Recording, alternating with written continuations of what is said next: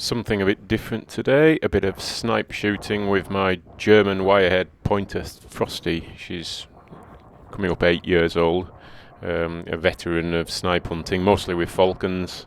In that time, she's worked these hills since she's a puppy, and she's been on hundreds of hunts and had thousands of points at snipe. She's a master at finding them.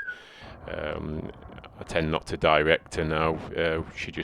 She knows where to find them. So on each of these beats, she's done dozens of times before. So I just let her go, and usually end up finding her on a point. The objective exercise is for the dog to quarter into the wind, working from side to side, and in that way she'll pick up the scent of any birds that are lying ahead, and she'll slowly draw up on them and point.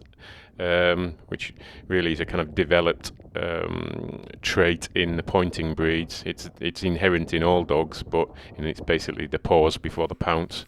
But in pointers, it's been selectively bred. So the idea is that she points, and then the gun, and me in this case, comes up behind or to the side of her, and when the bird is either flushed or jumps up, you get a shot, hopefully a safe shot. I missed that one, just in case you were wondering. They're very difficult to hit snipe, but they are present here in quite large numbers from early October onwards. Yeah, they migrate here in from the Arctic regions in their thousands to both winter here, but it's also on the migration path, this area, for the birds crossing over the Irish Sea to Ireland, where they're also it's a big wintering area. So there's a lot of traffic coming through here, and probably at any time in the winter, probably 2,000 or 3,000 snipe wintering on these fells. So it's quite a sustainable sport, shooting the odd one.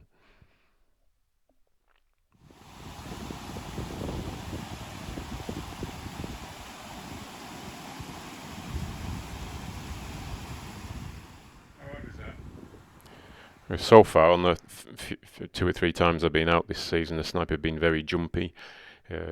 Without a falcon in the air to pin them down, they often just stand and look at the dog. They're not like grouse or partridge, which lie flat and sit very tight often, and I've used a thermal imaging camera to kind of see what they're doing. They're just stood up eyeballing the dog and the person approaching them, so they're quite jumpy, so it's often quite difficult to get up near the dog before they jump, and on these 2 or 3 days they were particularly jumpy.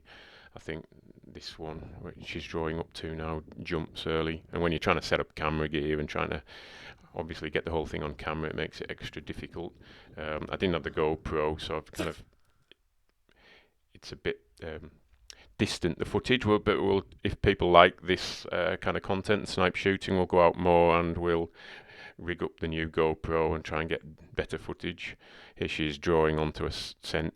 When the wind's from the east, like it was on this day, usually it's a drier wind with less moisture in it, and the snipe are hard at the scent. The best scenting conditions are when the wind's coming off the sea and it picks up moisture. It's better scent when there's moisture in the air.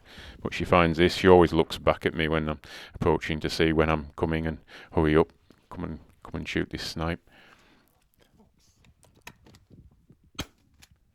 It's quite a long shot, which again I miss. I only had number 5 steel and snipe. Even when you're on them and you put them in the centre of the pattern, they're so small that they can essentially fly through the centre of the pattern without being touched.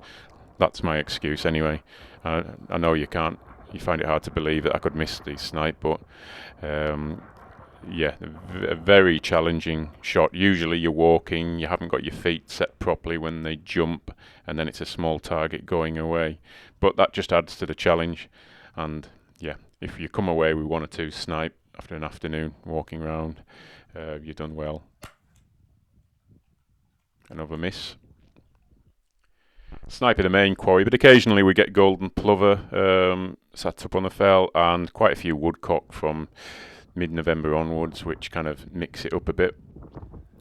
Although she's a hunt point retrieve breed, a HPR breed, I've trained her not to retrieve because she's been trained with falcons. We train them not to retrieve because obviously usually the quarry's got a hawk attached to it, so we don't want them retrieving. So she's no use now for retrieving ducks. She'd love to go out shooting ducks, but she wouldn't be much use sat on the marsh. I do actually get this snipe with the 3rd shot, so we came away with a little meal.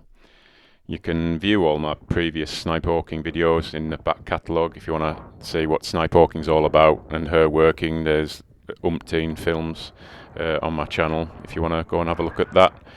So she found herself a bone. She naturally knows when we've kind of finished and we've got something, and she always likes to find a bone on the walk home. So she had fun this day, and another success. That snipe will make a nice little meal. I'll make a recipe, the traditional recipe, on another film if anyone's interested. And if you want to watch more of this kind of stuff, just like and subscribe, and thanks for watching.